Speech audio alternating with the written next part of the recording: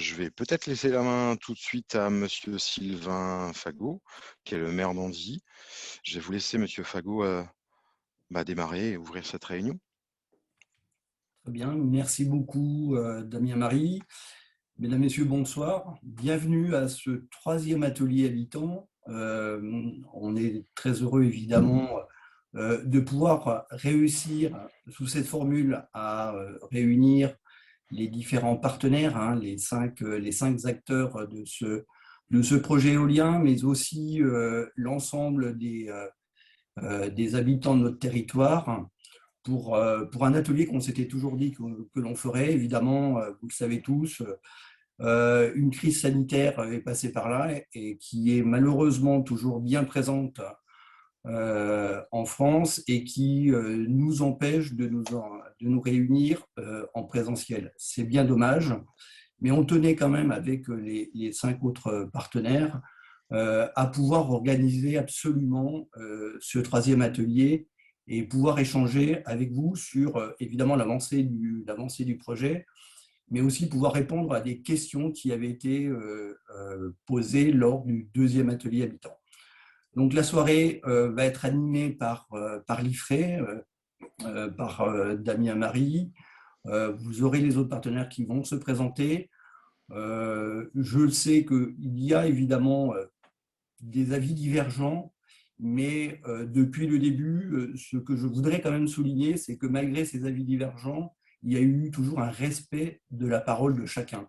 Et je pense que c'est essentiel et je pense que c'est quelque chose qui doit aussi continuer ce soir dans ce troisième atelier. Voilà. Je vous laisse la parole, Damien. Évidemment, on sera là pour répondre à toutes les interrogations et puis pour partager la compréhension du développement de ce projet éolien. Merci, Monsieur Fagot. Je vais vous présenter le programme de la soirée en reprécisant tout de même que l'atelier de ce soir est bien un temps d'information sur les enjeux clés de l'étude d'impact du projet éolien. Une étude d'impact qui représente un certain nombre de pages. Cette étude d'impact, il est important qu'on puisse vous apporter des éléments ce soir lors de cette réunion pour que chacun d'entre vous puisse, s'il le souhaite, bien sûr donner son point de vue, son avis auprès du commissaire enquêteur au cours de l'enquête publique qui va commencer, sauf erreur, le 29 mars, donc dans quelques jours. Et c'est bien pour ça que cette réunion est enregistrée pour pouvoir être diffusée et rendue accessible à ceux qui ne peuvent pas être là ce soir parmi nous. Donc, dans un premier temps, on va faire un petit tour de rappel pour ceux qui connaissent, mais peut-être un tour de présentation des acteurs du projet, dont la mairie d'Andilly fait partie. On passera ensuite sur un point d'actualité de là où en est le projet, un état d'avancement de là où en est le projet avec plusieurs prises de parole. Et puis, l'essentiel de la soirée, ça va être un moment de décryptage des points clés de l'étude d'impact, avec le volet acoustique, le volet biodiversité, le volet paysager. Ces trois thématiques résultent bien des ateliers précédents et des souhaits d'approfondir certains éléments qui sont dans l'étude d'impact notamment. Et je le précise, il y aura des temps de questions de clarification après chacune des présentations. Donc, il y a des personnes qui peut-être encore arrivent et qui sont en salle d'attente.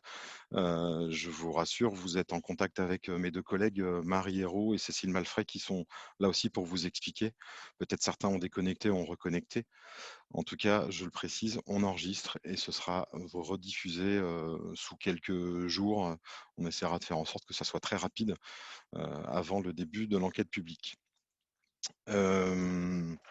Pour commencer cette présentation, donc Sylvain Fagot vous a accueilli tout à l'heure, en effet, et je donne la parole aux autres acteurs du projet. Alors, on commence par, je vous laisse dans l'ordre d'apparition de cette diapositive. À nous l'énergie renouvelable et solidaire. Bonjour, nous sommes plusieurs là, de l'association Nous l'énergie ce soir. Renouvelable Solidaire 17, donc Guy Martin, c'est une association qui a pour objectif de d'aider des habitants et des collectivités locales à créer des sociétés citoyennes de production d'énergie renouvelable sur le nord du département de Charente-Maritime. Donc avec 2 sociétés déjà qui ont été créées à Oléron et sur l'agglomération rochelaise. Et donc là, on a commencé tout un travail aussi sur la communauté de communes d'Aunis Atlantique, et j'en reparlerai tout à l'heure.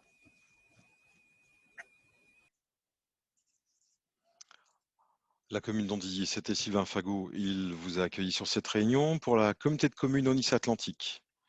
Eh bien, écoutez, bonsoir. Donc, ce soir, en tant que vice-président Transition écologique et mobilité, donc vous dire que ce projet d'Andilly, la CDC l'accompagne.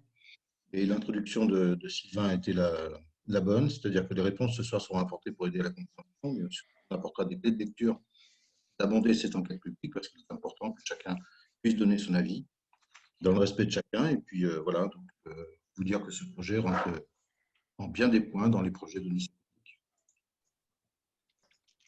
Merci, Monsieur Baudin. Pour Terra Énergie. Bonsoir à tous, donc, je suis Mathieu Godefroy, le directeur du fonds Terra Énergie, qui est une structure publique-privée créée à l'initiative de la région Nouvelle-Aquitaine en 2016 et dont le but est d'accompagner le développement et le financement des projets d'énergie renouvelable sur l'ensemble du territoire de la Nouvelle-Aquitaine et sur toutes les filières. Donc, ainsi, nous avons des projets photovoltaïques, éoliens et aussi de méthanisation. Le but étant d'aider la région dans sa politique de développement des énergies renouvelables et notamment la feuille de route Néo-Terra avec des objectifs très ambitieux en termes de transition énergétique dont les principaux objectifs sont d'atteindre un mix d'énergie renouvelable de 45% à l'horizon 2030 et 100% à l'horizon 2050. Et dans ce projet, nous accompagnons les différents partenaires sur les volets financiers et juridiques. Et il s'agit vraiment pour nous du premier projet éolien en développement qu'on qualifie de citoyen avec un nombre d'acteurs importants et de qualité. Merci bien, Mathieu Godefroy pour Terra Énergie. Je laisse la parole maintenant à Valorem. Et pour Valorem, c'est Monsieur Bernard, Mathieu Bernard. Oui, bonjour à tous. Donc Mathieu Bernard, je suis le responsable de l'agence du développement Nouvelle-Aquitaine de la société Valorem. Donc la société Valorem qui a été retenue parmi d'autres développeurs pour accompagner le développement de ce projet. Notre métier, donc, c'est de développer, construire et exploiter des parcs de production électrique et à base d'énergie renouvelable. Donc, éolienne, centrale solaire photovoltaïque et centrale hydroélectrique. Et notre installation la plus proche, c'est le parc de Saint-Jean-de-Liversay et Saint-Sur-Dieu-de-Auray que l'on a exploité, enfin que l'on a développé et mis en exploitation récemment. Merci bien, Mathieu Bernard de Valorem pour cette clôture de présentation express, voilà, pour faire le tour d'horizon des différents acteurs, et on rappellera tout à l'heure le site internet sur lequel vous pourrez retrouver un certain nombre d'éléments sur l'ensemble de ces porteurs de projets. C'est peut-être l'occasion de passer sur un point d'actualité, et Mathieu Bernard, j'ai envie de vous laisser la parole pour nous donner un petit état des lieux de là où on en est. Alors pour ce point d'actualité, vous avez préparé quelques diapositives. Je vous laisse présenter ça. Une dizaine de minutes pour brosser le tableau global un peu de cet état d'avancement pour vous. Puis ensuite, je passerai la main à Guy Martin pour À nous l'énergie et enfin à Carole Chassagnou. Très bien. Voilà, petit rappel sur l'organisation justement et la manière qu'on a de fonctionner au niveau de ce groupe avec un certain nombre d'acteurs et qui constituent un comité de pilotage et qui à terme constitueront la gouvernance du projet avec donc Valorem, Terra Énergie qui disposeront d'une voix dans la gouvernance et la société citoyenne qui regroupera les acteurs locaux, donc communes, communautés de communes et citoyens, qui disposeront de 3 voix. Et ce comité de pilotage, donc là, c'est vraiment ce qui se passera en phase d'exploitation, mais ce comité de pilotage est déjà actif aujourd'hui et c'est lui qui prend les décisions sur ces phases de développement de projet. Donc, on peut poursuivre dès à présent sur la diapo suivante. Je pense qu'on peut avancer. Pour voilà, aujourd'hui, le projet donc, qui va être porté à l'enquête publique, car c'est aussi l'enjeu de cet atelier, c'est de présenter le dossier préalablement à l'enquête publique et de pouvoir rentrer un peu dans le détail de certains sujets. Le dossier qu'on a donc acté ensemble, c'est un dossier de 3 éoliennes de 18 MW, et donc vous trouvez les chiffres ici avec des estimations sur les montants d'investissement, la prévision du productible jusqu'à 42 GWh par an produit, ce qui correspondra à l'équivalent de la consommation électrique de 9500 foyers, ce qui n'est quand même pas négligeable. Donc ce projet, on peut passer à la diapo suivante. Donc, ce projet, pour vous rappeler un petit peu là où on s'est laissé finalement, après cette période où on n'a pas pu se retrouver pour un troisième atelier habitant, on s'était laissé sur un travail qui consistait à vous présenter et à mieux comprendre comment était réfléchie l'implantation d'un projet. Et donc, vraiment la définition de ce projet, le choix de l'implantation des machines sur le territoire en fonction des grands enjeux qui ont pu être observés pendant toute la phase d'étude et de préparation finalement à cet exercice de travail d'implantation. Donc, une fois qu'on a pu arrêter et qu'on a arrêté cette implantation avec le comité de pilotage, on a travaillé sur la phase d'impact et de définition des mesures liées à l'implantation des éoliennes, ce qui nous a permis de constituer l'ensemble des documents auxquels vous aurez accès pendant la phase d'enquête publique et qui sont déjà mis en ligne sur le site internet qui a été mis à disposition. Et donc, ça nous a permis d'avancer jusqu'à un dépôt de la demande d'autorisation. On peut avancer à la diapositive suivante, qui nous amène à la phase d'instruction finalement, avec cette demande d'autorisation qui a été déposée au mois de juillet dernier. Et aujourd'hui, donc, on est en pleine instruction. Il y a eu des échanges qui ont été réalisés entre les services de l'État et les porteurs du projet, de façon à compléter le dossier sur certains aspects, et c'est des éléments qui sont disponibles également. Et donc demain, enfin en tout cas la semaine prochaine, commence l'enquête publique, qui est une phase essentielle du dossier, qui va permettre à chacun de pouvoir donner son avis sur le projet et de voir ces éléments-là compilés par le commissaire enquêteur, qui a été nommé par le tribunal administratif, qui va lui se charger finalement d'agréger l'ensemble des remarques qui auront pu être faites et auxquelles les porteurs de projet devront répondre, et in fine remettra un rapport avec un avis sur le projet, un avis général, et cet avis et le rapport sera un des éléments sur lequel le préfet s'appuiera pour prendre sa décision dans quelques mois. Suite à l'enquête publique, il y a une présentation qui sera faite du projet en commission départementale nature, paysage et sites. Donc voilà, c'est une occasion nouvelle de présenter le projet à un certain nombre d'acteurs qui constituent cette commission, et cette commission accueille des représentants d'associations, de diverses associations d'ailleurs, des représentants aussi des maires des collectivités, des représentants des conseils départementaux, et c'est un nouvel avis qui sera donné sur le projet à cette occasion. Et donc, le préfet, in fine, s'appuiera sur finalement l'expertise de ces services et de l'ADREAL qui instruit notre demande, et appuiera sa décision sur les avis qui pourront être rendus en enquête publique durant cette CDNPS, mais également sur l'ensemble du dossier et l'avis qui lui sera donné par les services de l'ADREAL. Donc, on en est vraiment, on est au cœur de cette phase d'instruction, et donc l'enquête publique est un moment essentiel.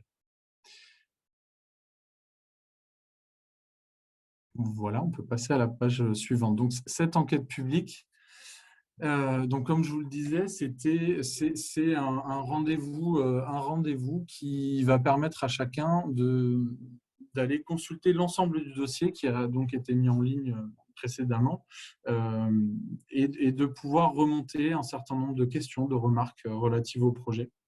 Et elle durera du 29 mars au 29 avril. À l'issue de cette phase-là, donc, le commissaire enquêteur disposera d'environ une semaine pour agréger toutes ces remarques et nous transmettre un PV de synthèse auquel nous répondrons dans un délai de 15 jours.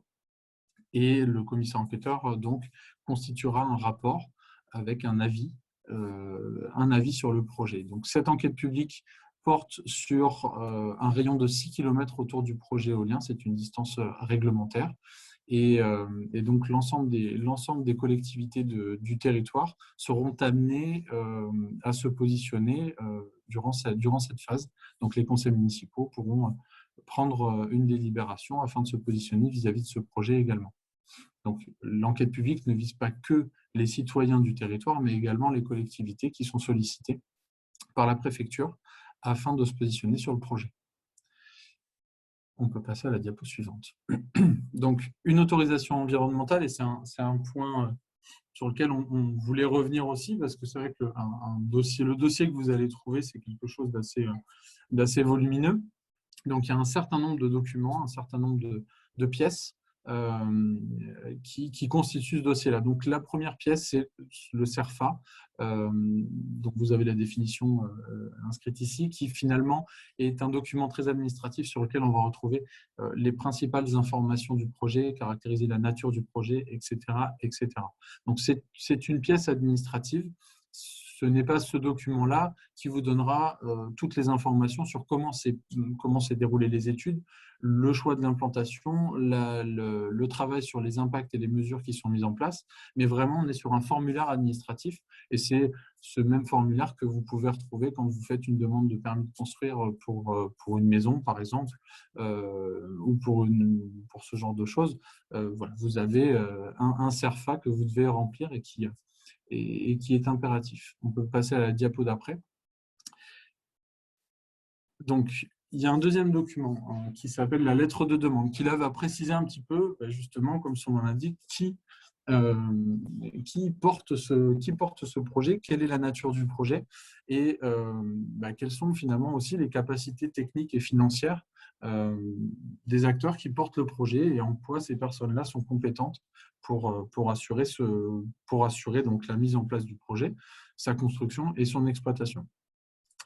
Donc ça, c'est un document donc, où vous aurez du contenu sur les différents acteurs notamment et qui visera à caractériser la nature des installations qui sont projetées. Quand on déroule la diapo suivante, s'il vous plaît, suivante qui ressemble fortement à la précédente. Vous aurez un dossier cartographique avec plusieurs échelles. Donc, vous retrouverez par exemple le périmètre de 6 km autour des éoliennes qui permet de voir le rayon dans lequel se déroule l'enquête publique. Vous aurez des plans des installations et des infrastructures qui sont projetées et aussi un zoom vraiment sur les différentes zones où sont implantées les éoliennes et également des éléments de localisation du poste de livraison. Donc ça, c'est un dossier cartographique à part entière. On peut passer sur la diapo suivante avec cette fois-ci l'étude d'impact qui constitue le dossier, le document le plus volumineux du projet avec plusieurs phases, plusieurs éléments dans cette étude d'impact qui vraiment va vous donner tous les éléments et toutes les clés du projet. Une première phase d'état initial qui en gros correspond à l'ensemble des études et au travail qui a été fait jusqu'à l'atelier numéro 2 et le travail sur l'implantation des variantes. Donc, tout ce travail-là, finalement, d'essayer de comprendre la zone d'étude qui a été retenue initialement, la comprendre d'un point de vue environnemental, d'un point de vue paysager, d'un point de vue humain, d'un point de vue sociologique. Tout ce travail-là est fait durant l'état initial. Ensuite, on va avoir une partie qui va vraiment définir ce travail d'implantation et le choix de l'implantation. Et ensuite, on travaillera, vous trouverez donc un passage sur ce qu'on appelle la partie impact et mesure, qui correspond finalement au déroulement de la séquence éviter, réduire et compenser, qui s'applique à l'ensemble des projets d'aménagement. Un élément avant de passer à la diapo suivante, effectivement, l'étude d'impact, c'est un dossier volumineux. Il existe un résumé non technique de cette étude d'impact qui permet de se saisir de l'ensemble de ces enjeux de manière beaucoup plus succincte si on veut avoir un résumé également. C'est bien de le rappeler.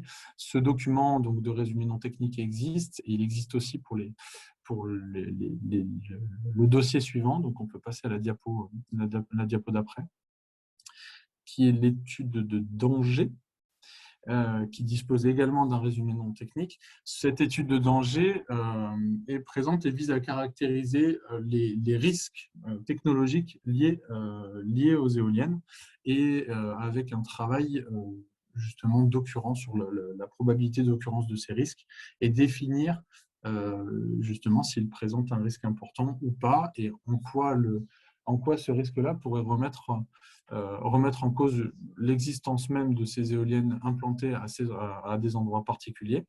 Et donc, c'est un travail qui est réalisé en se basant sur le retour d'expérience consolidé de l'ensemble des parcs éoliens dont on dispose, et pas des parcs éoliens de Valorem, mais vraiment, c'est un travail national qui est fait.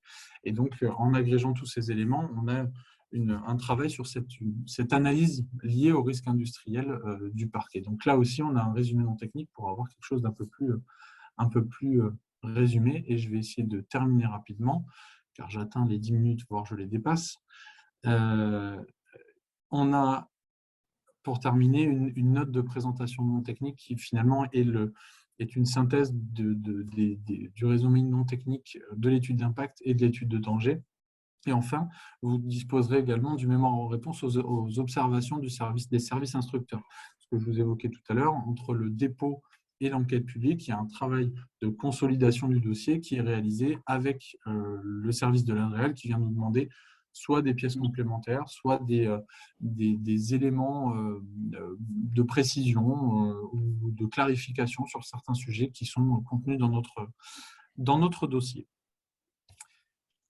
Voilà. Merci, merci bien pour ces premiers éléments. Avant de passer la main à Guy Martin pour l'association À nous l'énergie, je précise que si vous avez des questions, n'hésitez pas à les écrire dans la zone de conversation à mes collègues de l'équipe d'animation. On prendra un petit temps là tout à l'heure après les deux autres présentations pour revenir sur ces éléments-là s'il y a des questions de clarification et de compréhension. Guy Martin, pour la suite de ces éléments d'état d'avancement et d'actualité, et on va parler, je crois, un peu plus en détail de la concertation, mais aussi de la société citoyenne. Oui, bonsoir à ceux qui n'étaient pas là tout à l'heure. Donc l'association À nous l'énergie renouvelable solidaire 17 intervient dans ce projet pour faciliter notamment toute la phase de concertation. Donc on pilote au sein de l'équipe des 5 acteurs cette partie-là. Sur cette concertation, donc une partie a été confiée à l'IFRE, en l'occurrence. Cet atelier, ce 3e atelier d'habitants fait partie de ce dispositif. Donc il y avait eu en fin 2019 un diagnostic préalable qui avait été réalisé, suivi d'ateliers d'habitants, donc ceux de janvier-février de 2020, et puis celui-ci actuellement. Parallèlement à ça, on a souhaité aussi mettre en place un comité de suivi. Ce comité de suivi rassemble des institutionnels, rassemble des agriculteurs, des habitants d'Andilly, le parc régional du Marais Poitevin.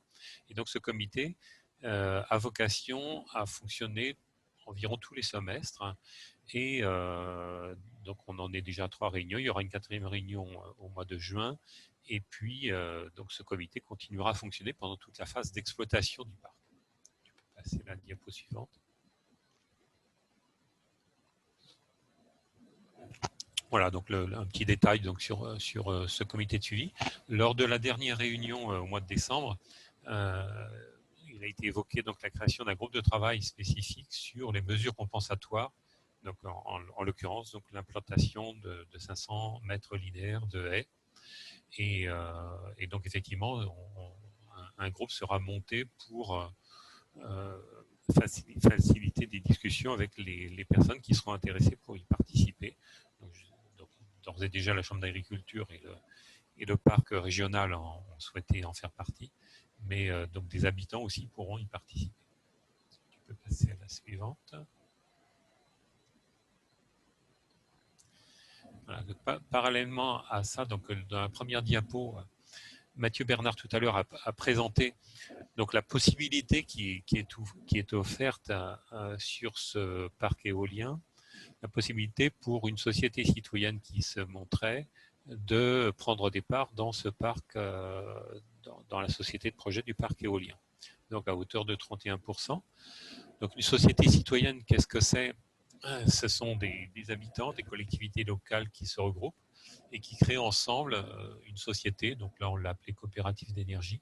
Cette coopérative a pour objectif d'investir collectivement sur différents projets de production d'énergie renouvelable. Les produits de cette production permettent ensuite à la fois de réalimenter la coopérative pour faire d'autres projets et aussi de reverser une part de dividendes aux actionnaires ou sociétaires s'il s'agit de coopératives.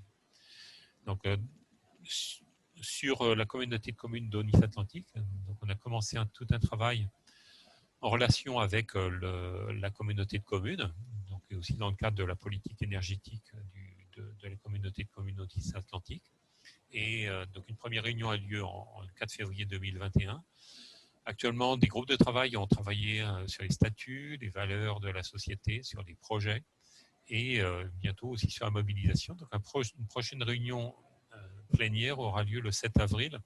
Et donc on vous invite, tous ceux qui souhaitent participer à cette société, au montage de cette société citoyenne sur le territoire d'Aunis-Atlantique, de venir le 7 avril.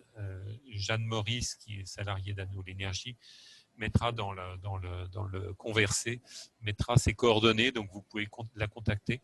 N'hésitez pas à la contacter pour y participer. Tu peux continuer. Voici. La diapo d'après. Voilà, donc ça résume effectivement la place qui est offerte à une société citoyenne. Donc ça serait 31% au capital de la société parc éolien d'Andilly-les-Marais.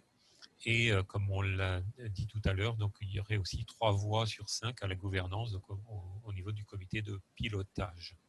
Et donc si la société citoyenne souhaite entrer au capital, de fait, la communauté de communes Aunis-Atlantique et l'association Anoul Énergie Renouvelable Solidaire 17 se retireront du capital de cette société au profit de la société citoyenne. Voilà, je pense que j'ai terminé cette présentation. Merci bien pour cette présentation. Je reprécise à tout le monde que les questions que vous avez à poser sur la zone de conversation, il y en a plusieurs qui arrivent. Je vous invite à privilégier l'envoi à Marie Hérault. Elle vient de vous envoyer un message à tout le monde. Merci de m'envoyer vos questions pour que je puisse les relayer. C'est vrai que c'est plutôt Marie qui va relayer ces questions-là. Donc, je me permets de faire cette petite précision technique. On va laisser Carole Chassagnou présenter en effet un petit point d'actualité sur ce qui a été mis en place par la communauté de communes en termes d'information. Et après, on prendra un temps pour toutes ces questions-là. Carole Chassagnou. Oui, bonsoir à tous. Donc, je suis en charge du service transition écologique et mobilité à la communauté de communes et je vous présente particulièrement le site internet qui a été mis en place et créé pour présenter ce projet éolien citoyen d'Andilly. Donc, Damien, oui, tu peux revenir sur la page suivante. Vous avez ici devant les yeux la page d'accueil du site internet que Mathieu Bernard a plusieurs fois évoqué. Et vous pouvez voir sur le haut, en fait, les différents onglets qui vous permettent d'accéder à l'information. Donc, vous avez une page d'accueil qui vous permet de naviguer dans l'ensemble du site et de retrouver les différentes informations. Un onglet spécifique au volet, on va dire, technique du projet, un onglet qui va plutôt développer la partie citoyenne du projet que vient de présenter Guy Martin avec l'intitulé l'énergie citoyenne, une présentation des acteurs, comme l'indiquait tout à l'heure Damien Marie, si vous voulez retrouver un peu plus précisément qui nous sommes, et un formulaire de contact. Donc là, maintenant, je vais vous présenter uniquement deux onglets dans la partie du projet éolien. D'une part, l'onglet études, qui est une page en fait, qui vous permet d'accéder à une information assez synthétique des trois études principales qui sont l'étude paysagère, l'étude acoustique et l'étude environnementale que vous pouvez découvrir en déroulant les menus sur la petite croix indiquée sur la gauche des intitulés. Et surtout, bien identifier que c'est dans cet endroit que vous pouvez rencontrer tous les documents à télécharger qui constituent la demande d'étude, la demande d'autorisation environnementale que vous a présenté Mathieu Bernard précédemment. Donc c'est en tout cas sur ce site internet que vous pouvez accéder à l'ensemble de la documentation ou sinon sur le site de la préfecture également. Damien, tu peux avancer. Merci. Le deuxième onglet qui nous paraissait important de vous présenter ce soir, c'est l'onglet Foire aux questions. Évidemment, ce soir, on va vous apporter un certain nombre d'informations sur la demande d'autorisation environnementale, mais on a bien noté lors des précédents ateliers que vous nous avez interrogé sur un certain nombre de questions auxquelles on n'a pas pu vous répondre en direct. Et donc, on a profité du site internet pour vous donner un premier niveau de réponse. Damien, est-ce que tu peux avancer, s'il te plaît ? Donc voilà, sur la foire aux questions, vous allez trouver plusieurs sujets qui vont faire écho aux interrogations qu'on a rencontrées pendant ces précédents ateliers. Pour vous donner un exemple, vous voyez la flèche en bas à gauche, une question qui avait été fortement remarquée, c'était la question de la perte de valeur pour l'immobilier environnant. Donc, une fois de plus, sur le site internet, vous pouvez dérouler en cliquant sur la petite croix. Et vous accédez à un article qui a été écrit et rédigé par nos soins et qui vous permet de vous exposer des informations qu'on espère objectives par rapport à votre question et qui vous renvoie vers une documentation plus approfondie. C'est le cas notamment sur la question de la valeur de l'immobilier, puisque là, vous voyez qu'on donne accès, par exemple, à une carte qui est la base DVF, donc de la demande de valeur foncière de la DGFiP. Donc voilà, simplement, c'est très bref, mais c'est tout simplement pour vous indiquer que ce site internet a vocation à répondre à vos questions, à rester en lien avec les différents recueils de demandes qu'on peut capter. Et donc, en fait, le site est en constante évolution et on essaye de le mettre à jour au fur et à mesure des demandes qu'on rencontre. Merci bien pour ces propos qui donnent un peu plus d'informations sur l'état d'avancement du projet, l'actualité, où est-ce qu'on en est, et également sur ce site internet projet éolien d'Andilly-les-Marais. C'est le moment peut-être d'accueillir quelques questions de compréhension pour comprendre ou s'il y a quelques aspects à approfondir. Marie, de ton côté, est-ce que tu as reçu des questions? Je crois qu'il y avait quelques questions qui commençaient à arriver. Alors, il y a une première question qui est: quelle différence entre la société de projet et la société citoyenne? Est-ce que c'est la même chose? Donc là, une question de clarification sur ça. Il y avait une question sur combien d'habitants dans la société, combien il y a d'habitants dans la société citoyenne? Sur la société citoyenne et la société de projet, j'ai envie de me retourner vers Guy Martin. Est-ce qu'il y avait d'autres questions, Marie, autour de cette société citoyenne? Non, ou on est sur d'autres sujets? Qui aborde d'autres sujets. Ok, on fait un premier temps de réponse pour clarifier la différence entre la société de projet et la société citoyenne, et puis la place des habitants ou le nombre d'habitants. C'est bien ça dans la question? Le nombre a été demandé? Combien d'habitants? Guy Martin. Voilà, donc concernant la société de projet, elle s'appelle donc Parc éolien d'Andilly-les-Marais, et donc ça concerne uniquement donc ce projet de production éolienne d'énergie renouvelable.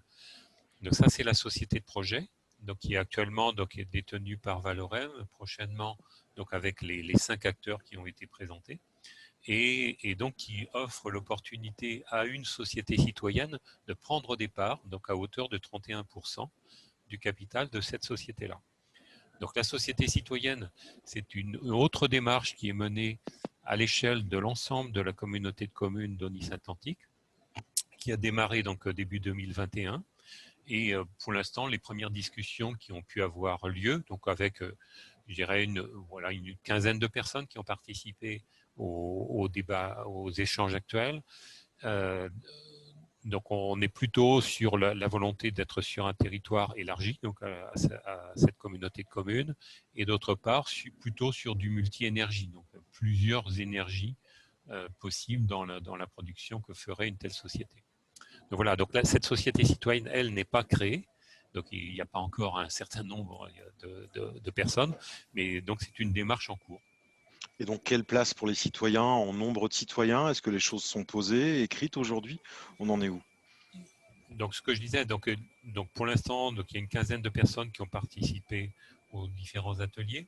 D'accord. Et c'est une société qui sera totalement ouverte. Donc, c'est d'une part un capital qui sera variable et qui sera ouverte à toutes les personnes et toutes les personnes physiques ou morales qui souhaiteront y participer. Donc, c'est très. Il n'y a pas de limite. Pardon, Guy Martin, il n'y a pas de limite, hein, c'est bien ça, dans le nombre de citoyens possible. Absolument. D'accord. Marie, je reviens vers toi pour d'autres questions qui sont arrivées. On peut se donner encore 5 à 10 minutes pour explorer des questions de compréhension. Alors, en termes de questions de compréhension, il y a eu quelqu'un qui souhaitait, Monsieur Rivaux, qui demandait à ce qu'on revienne de manière plus détaillée sur la production prévue. Alors, je n'ai pas plus d'éléments, donc si vous, ça fait référence à un élément du diaporama, ou si Monsieur Rivaux veut nous préciser, si vous voyez. Et après, j'ai d'autres questions qui sont plutôt en lien avec le projet, en lien avec la population, des conséquences pour la population, avec des préoccupations exprimées. Je propose qu'on commence par un détail sur la production d'énergie du parc éolien qui est projeté. J'ai envie de me retourner vers Mathieu Bernard, peut-être, de Valorem. Mathieu, est-ce que je me trompe? C'est bien à vous de nous donner quelques éléments de précision. Il fallait simplement que j'enlève mon micro, que j'allume mon micro, pardon. Alors, des précisions sur la production et certainement sur la fourchette qui a été donnée.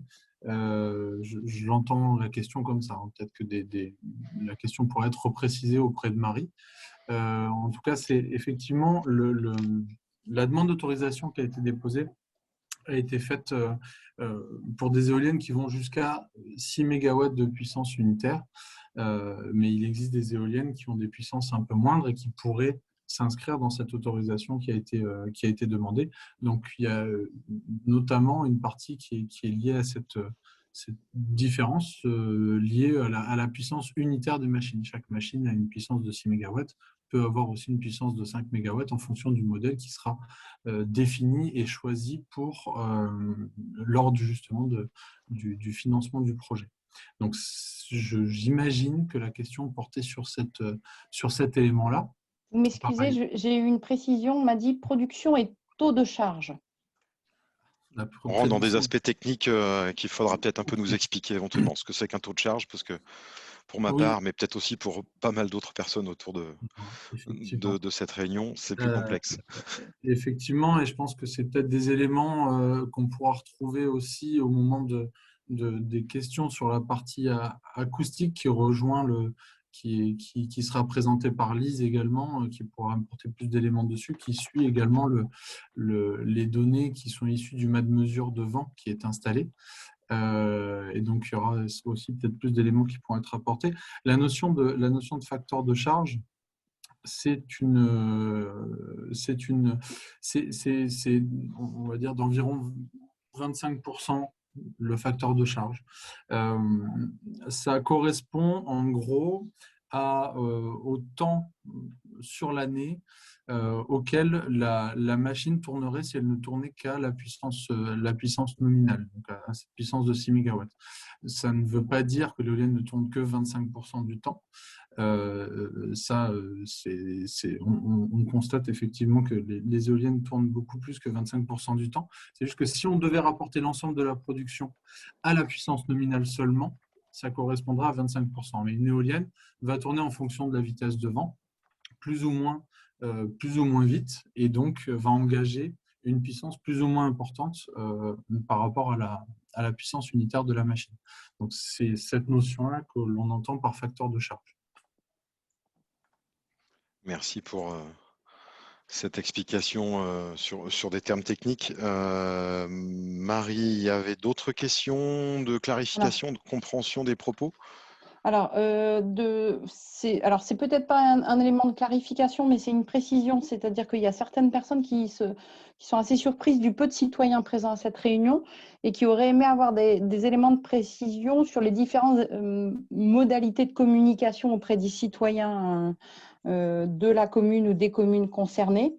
Parce qu'il y a aussi différentes expressions qui sont plutôt des préoccupations par rapport aux conséquences sur la population, au lien qui est fait avec la population de ce territoire et donc ce qui a été mentionné dans le site internet sur le fait qu'il y aurait une potentielle perte de valeur des biens immobiliers et comment va être pris en charge cette perte de valeur. Donc, des premières questions sur les modalités de communication. J'ai envie de me retourner vers Carole Chassagnou, peut-être pour qu'elle nous reprécise dans quel cadre et comment l'information de cet atelier de ce soir a été communiquée. Et puis après, par rapport aux autres questions, je reviendrai vers toi, Marie, tout à l'heure. On va déjà explorer ces modalités de communication en lien avec les citoyens. Carole Chassagnou, de la communauté de communes au Nice Atlantique. Oui, je suis là. Donc, en ce qui concerne la communication, d'abord, il a été priorisé une communication par voie numérique, étant donné que la réunion se tenait elle aussi de manière numérique. Il me paraissait évident que les personnes qui n'avaient pas accès au numérique ne pourraient pas être présentes pendant cette réunion. Donc, c'est un choix un peu spécifique qu'on a fait et qui est vraiment contraint et contrarié, on va dire, par la situation actuelle. Et parallèlement, on a fait une conférence de presse qui s'est tenue le 18 mars et qui nous a permis d'annoncer à la presse la tenue de cet événement. Et bien sûr, on a communiqué auprès de toutes les municipalités la tenue de l'événement. Merci pour cette précision, Carole. Marie, je reviens vers toi par rapport aux autres préoccupations sur les questions de perte de valeur immobilière. Comment ça allait être pris en compte dans le projet? Les conséquences plus globalement pour la population, c'est-à-dire qu'il y a des gens qui s'expriment sur des préoccupations sur les conséquences pour la population et le fait qu'elles soient prises en compte. D'accord. Il y a certainement des éléments qu'on va pouvoir éclairer sur ce point-là par rapport à des questions de mesures compensatoires et à ce qui se passe dans les 3 volets qui seront présentés tout à l'heure. Je propose qu'on la mette de côté pour l'instant celle-ci. On ne l'oublie pas. Je t'invite, Marie, à la faire ressortir tout à l'heure. Il pourrait y avoir quelques précisions complémentaires. Il y avait d'autres questions de clarification pour comprendre un peu mieux ce qui s'est dit jusqu'à présent? Non, a priori, sauf si Cécile veut compléter, parce que a priori, on vous invite vraiment à vérifier quand vous envoyez de bien vérifier que c'est mon nom et mon prénom qui est inscrit, puisque c'est la collègue qui les relaie, qui me les copie-colle pour me les envoyer pour que je les relaie. Donc, c'est juste pour qu'on soit sûr de vraiment pas oublier vos souhaits de prise de parole, quoi. Donc, pour moi, c'est bon, mais ce sera vraiment quelque chose à reprendre après, puisque c'est ressorti plusieurs fois. Pardon, j'avais une question aussi, parce qu'il faut que je regarde partout en même temps. Je vais quand même me permettre de la poser. Elle était arrivée en direct. C'est une question de Bastien Chartier d'Andilly. Quel est l'impact CO2 en termes de construction, de maintenance et de recyclage? Je continue la question et on la redécoupera après pour développer les éléments de réponse. Et par rapport à quel type de production actuelle peut-on comparer le gain évoqué en début de présentation par Valorem? On va déjà commencer par quel est l'impact CO2 en termes de construction, de maintenance et de recyclage? Est-ce qu'on a des éléments de réponse à apporter ce soir? J'ai envie de me retourner vers Mathieu Bernard de Valorem, parce qu'a priori, ce sont des questions avec des considérations techniques. Je pense que Bon. vous avez des éléments de réponse. Mathieu, Oui, on vous écoute. effectivement. Alors, plusieurs sujets. Impact CO2, Ouais. construction, maintenance et recyclage. Sur la question justement de l'impact CO2, le calcul est assez simple si on prend les retours d'expérience globaux en seulement 1 à 3 ans selon les sites. Alors le travail sur ce site-là spécifiquement dépendra aussi des turbines qu'on installera. Mais en gros, en 1 à 3 ans, une éolienne rembourse finalement sa dette, ce qu'il a fallu dépenser en CO2. Elle la rembourse sur ses premières années d'exploitation. Et derrière, le calcul qui est fait, c'est l'évitement de production de CO2 par rapport au mix, par rapport à un mix électrique qui est constitué aujourd'hui encore d'une part d'énergie fossile. Donc le calcul est fait par rapport à ça. Pour ce qui concerne la partie recyclage, il me semble qu'il y a une question sur cette thématique. Damien, je ne dis pas de bêtises, il y avait une partie recyclage et revalorisation. Une éolienne est constituée dans les grandes masses de béton Oui, au niveau du socle. Donc, il y a une réglementation qui oblige le porteur de projet et la société de projet donc, à démanteler en fin de vie les éoliennes. Donc, il y a donc une partie qui est enterrée, c'est les socles en béton qui, eux, peuvent être totalement démantelés et complètement réutilisés, notamment pour la confection de routes, par exemple. Les matériaux vont être concassés et réutilisés à cette occasion, par exemple. On a essentiellement au niveau du mât de l'acier. Donc là, on va avoir aussi une filière de recyclage qui est existante. On aura a priori toujours besoin d'acier et on pourra revaloriser l'acier de cette manière. Au niveau des éléments qui constituent la nacelle, on va trouver des éléments de type cuivre et métaux de manière générale, qui eux aussi vont pouvoir entrer dans des filières de recyclage finalement un peu classiques sur ces sujets-là. Et enfin, on a toute la partie pâle et composition de l'enveloppe de la nacelle, en fait, ce qu'on voit en haut des machines, là où sont attachées les pales, qui s'appelle donc une nacelle. Et donc, ces éléments c'est des matériaux composites. Et donc là, on est sur des filières de revalorisation plutôt. Elles vont suivre un chemin aujourd'hui qui va être de les envoyer au niveau des cimenteries, par exemple, qui ont besoin d'éléments avec un fort pouvoir calorifique pour pouvoir faire tourner leurs installations. Donc, il peut y avoir une revalorisation de cette manière-là. Et aujourd'hui, il y a une filière aussi qui se développe beaucoup sur la partie recyclage. Et donc, il y a un travail avec, pour le coup, un recyclage de ces matériaux pour produire des matériaux composites recyclés. Très bien. Pour ces éléments, je me dis quand même qu'il y a pas mal d'éléments assez complexes et beaucoup d'informations. Il me semblerait judicieux qu'on puisse apporter des éléments complémentaires, peut-être dans la foire en question ou sur le site internet, pour apporter des traces et des chiffres précis, parce que je me doute bien que ce n'est pas évident de répondre en pas longtemps sur une question très technique qui est posée par Bastien Chartier. C'est quelque chose qui serait possible, ça, Mathieu, vous nous dites? Oui, tout à fait. Et il y a aussi, alors effectivement, là je vais quand même assez vite parce qu'on a aussi un timing à tenir. Et puis je voudrais laisser aussi la parole à quelques personnes qui souhaitent poser des questions Ouais. Et vous trouverez beaucoup d'éléments de réponse aussi dans le dossier d'études d'impact qui est proposé et qui est à la disposition de tous. Merci. Marie, il y a des personnes qui souhaitaient prendre la parole. C'est pour des questions? On est sur quel sujet? Alors, on est plutôt sur des sujets sur des gens qui vraiment ont du mal à se reconnaître dans l'atelier en le qualifiant de citoyen de par le peu de participants citoyens ce soir. Ouais. Donc, qui s'interrogent sur ça, avec des gens qui vraiment, ce que je relayais tout à l'heure, c'est-à-dire la question des conséquences sur la population, en ayant le sentiment que ce n'est pas pris en compte, ce n'est pas ce que ça va avoir comme conséquence pour les habitants.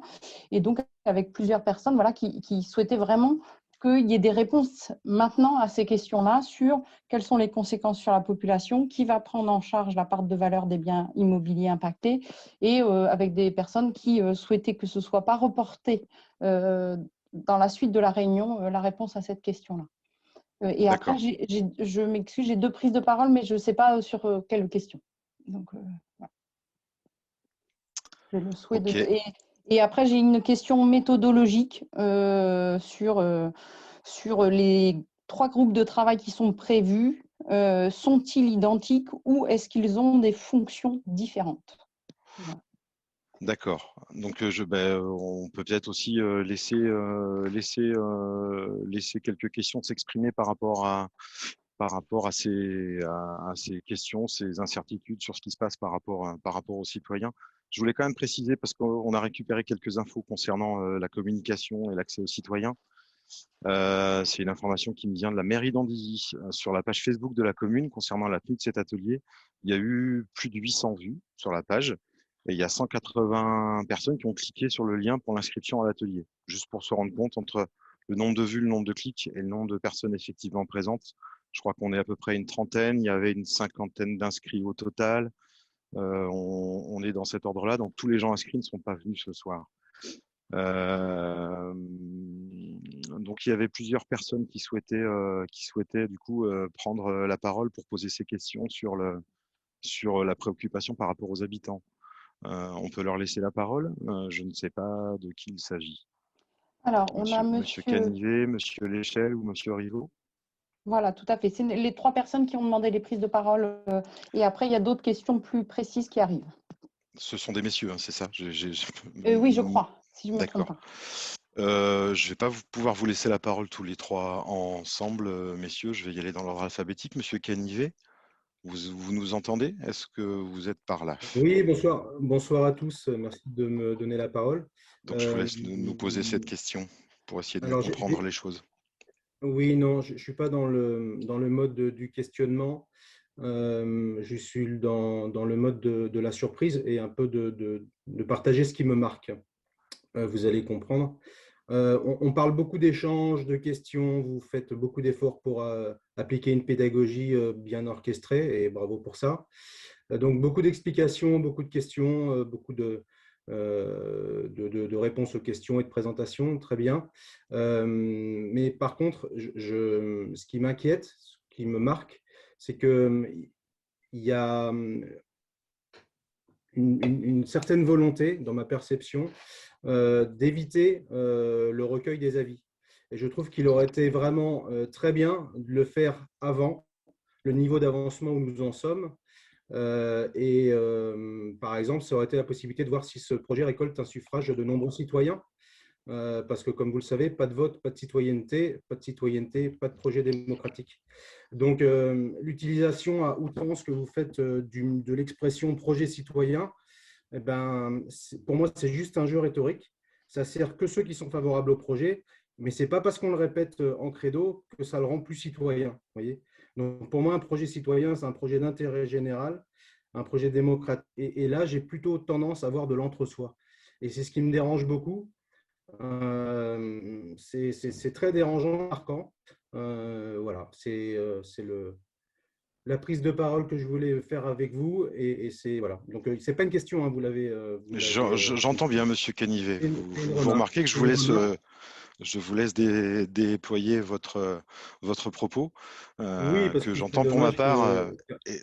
que les citoyens ne laissent pas les gens argumenter. Ce serait d'autant plus dommage, étant donné que les avis n'ont pas été pris avant. Et je pense qu'une action de la part de la mairie au niveau d'un référendum ou d'un vote sur la commune aurait été la chose la plus citoyenne à faire. Voilà, tout simplement. En tout cas, on l'entend bien et c'est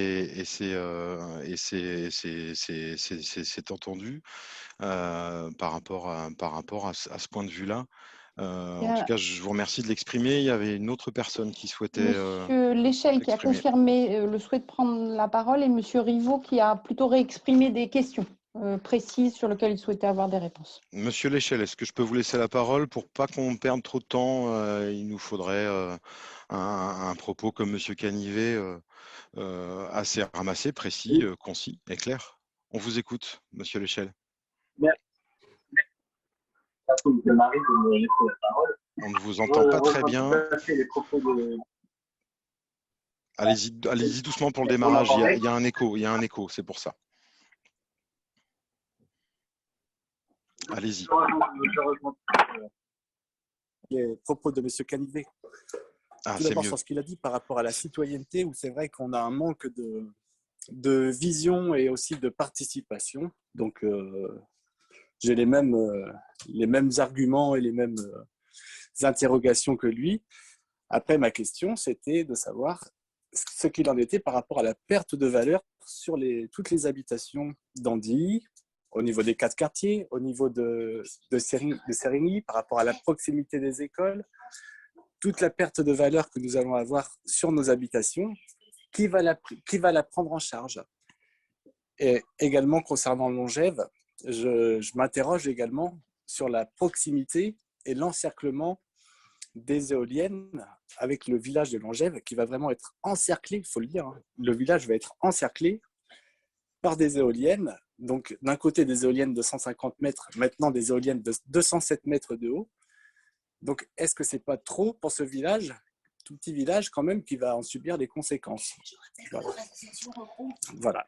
Donc, merci, et puis je rappelle que je suis membre de l'association contre les éoliennes et nous sommes 230 personnes à partager ces sentiments. Merci, Monsieur Marie. Merci, Monsieur Léchelle. Donc, du coup, il y avait à la fois un propos, des inquiétudes qu'on a bien entendues par rapport à la perte de valeur immobilière. Ça, c'est des questions aussi qui sont fortes. Et puis, par rapport à la dimension citoyenne du projet, qui sont aussi des éléments qui étaient posés par Monsieur, pardon, je vais manger son nom, pardon. Monsieur Rivaux. Monsieur Canivet. C'est Monsieur Canivet qui en parlait tout à l'heure. Excusez-moi, Monsieur Canivet. Et puis Monsieur Rivaux avait des questions aussi. Est-ce qu'on peut prendre ces questions? Tu les as notées de ton côté, Marie? Comment ça se passe? Alors, il était demandé quel équivalent nombre de foyers, comment était fait le calcul? Donc là, on rentre dans des questions un peu plus précises. Est-ce que l'expansion de Sérigny a été prise en compte avec l'implantation de 3 éoliennes de 206 mètres? Une autre question par rapport au parc éolien, la personne qui voulait vérifier que le parc éolien ne pourra pas être vendu du fait que la société citoyenne possède 3 voies, contrairement à ce qui s'est passé à Longève, excusez-moi pour... voilà. Le village qui est juste à côté, oui, c'est un village voisin. Voilà, et il y avait une précision, j'espère que je n'ai oublié personne, hein, mais en lien avec la question sur le recyclage prévu. Est-ce qu'il y a un recyclage prévu pour les terres rares présentes dans les éoliennes? Ok, donc ça, il y a plusieurs niveaux de questions. Ce que je vous propose, c'est on prend un temps quand même pour essayer d'apporter des éléments de clarification sur à la fois le projet citoyen, sur la perte de valeur immobilière. J'ai envie de me retourner vers peut-être Carole, s'il y a des choses qui sont à préciser sur ce qu'elle nous a présenté tout à l'heure, Carole Chassagnou. Et il y a Monsieur Baudin qui veut répondre aussi, si tu veux. Ah, Monsieur Baudin.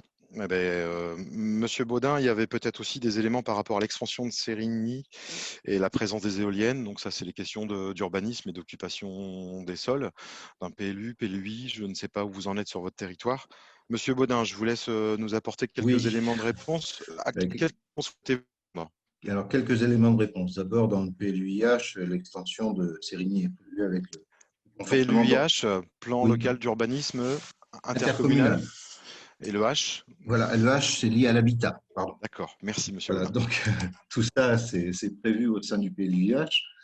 Ce qui était prévu aussi, c'est la décision en 2017. Alors, je rappelle quand même à tout le monde que les élus sont quand même des habitants et sont légitimes. Enfin, la CDC a une certaine légitimité à représenter les habitants. C'est pour ça que la CDC a accompagné ce projet, en attendant que les habitants reprennent la main sur ce projet. Ça, c'est une chose. La seconde chose, c'est la volonté des élus, et qui représente l'ensemble des habitants. La volonté des 20 communes d'Onis Atlantique a été d'aller en 2050 vers un territoire prépose, un territoire à énergie positive. Et dans ce cadre, il était prévu de mettre en place un mixte énergétique, d'aller chercher de l'énergie éolienne, mais aussi du photovoltaïque et aussi de la méthanisation s'il le fallait, pour avoir en compensation en 2050 zéro consommation, enfin la consommation compensée par la production. Pourquoi est-ce qu'on est allé chercher, pourquoi est-ce qu'on a voulu accompagner ce projet à Andilly? D'abord, c'est parce que c'est un projet citoyen et c'est bien la population qui a demandé à ce que ce projet ait le jour. Donc, on est bien sur un projet citoyen, mais on a aussi la chance que ce projet se soit sur le schéma préférentiel d'implantation de l'éolien dans la communauté de communes. Et d'autres communes n'auront pas ce choix. Mais il faut bien entendre que l'économie d'énergie ou le renouvellement énergétique, c'est une politique qu'il faut mettre en place de façon à sortir des énergies fossiles et sortir aussi du tout nucléaire, puisqu'on ne peut pas dire que ce soit franchement l'avenir de l'homme de vivre à l'intérieur du nucléaire. Donc voilà, c'est pour ça que nous accompagnons ce projet, mais je rappelle aussi qu'en tant que maire de Meran, commune voisine, j'interrogerai mon conseil municipal sur ce projet, dont les communes limitrophes, mais que l'intérêt, il est bien pour la population entière d'Onis Atlantique et non pas, et ne va pas impacter uniquement Andilly-les-Marais. Merci Monsieur Baudin pour ces éclairages, en tout cas sur de position de la communauté de communes sur des questions d'urbanisme et de mise en œuvre d'une politique énergétique. Il y a, je le rappelle, donc des questions sur l'équivalent en nombre de foyers, comment c'est calculé, l'expansion de Sérigny et les éoliennes, peut-être je reviendrai un peu plus tard du côté de Sérigny et la présence des éoliennes par rapport à ce qui se passe sur la commune d'Andilly, je reviendrai peut-être vers Monsieur Fagot un peu plus tard. Et puis il y avait une question sur les modalités de communication, on en a parlé un petit peu, sur la perte de valeur immobilière, où il faudra qu'on revienne. Donc je note ces 3 questions pour y revenir tout à l'heure. Ce que je vous propose, c'est qu'on avance sur les points clés de l'étude d'impact qui pourront peut-être aussi apporter de l'eau au moulin, en tout cas en partie. Et je rappelle bien que ce soir, on est là pour apporter des informations. C'est aussi appréciable et important d'entendre aussi des préoccupations complémentaires que vous pouvez exprimer les uns les autres. Je vous invite à être attentif à la suite et pouvoir préciser ces éléments.